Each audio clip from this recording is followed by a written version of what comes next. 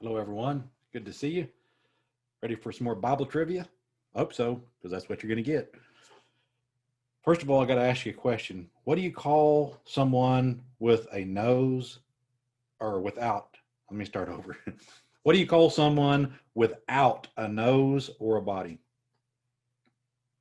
Nobody knows. Now, this next one is kind of a riddle. So here you go. What is white when it's dirty and black when it's clean? A chalkboard. Only the older folks are going to get that because they don't use chalkboards anymore. They use the whiteboards and everything nowadays. So let's go ahead and get to our questions. Our first one is this. Again, you know the rules. 10 questions worth a point apiece. 2 bonus questions, which are optional, but they're worth 3 points apiece, or you lose 3 points if you get them wrong. All right.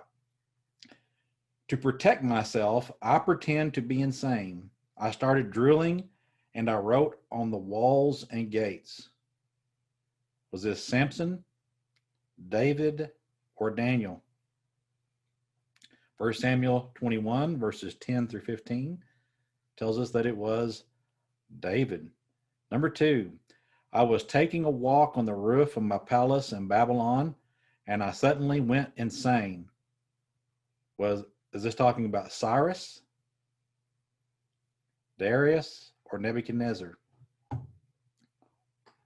Or you might pronounce that Darius. But anyway, those are your 3 choices. The answer is found in Daniel 4, verse 28 through 33. It's reference to Nebuchadnezzar. Number 3, I burned the Philistines' grain by tying torches to the tails of foxes. Who is this? Is it Absalom, Samson, or Daniel? The answer is found in Judges 15, verses 1 through 5. And of course, this is Samson. Number 4, I lost my position as queen when I refused to appear before a bunch of drunken men. Was it Vashti, Esther, or Jezebel? Esther 1, verses 9 through 22 tells us it was Vashti. Number 5, I was riding on my donkey and came upon an angel with a drawn sword. Was this Saul, Naaman, or Balaam? Numbers 22, verses 22 through 33 tells us the answer. It's Balaam. Okay, here's our bonus question. Who saved Balaam from being killed by the angel? Remember, you don't get any extra help on this, so you just got to know the answer. Who saved Balaam from being killed by the angel? Numbers 22 and verse 33 tells us that it was his donkey. All right, I hope you did well on that. Let's move on to our next set of questions.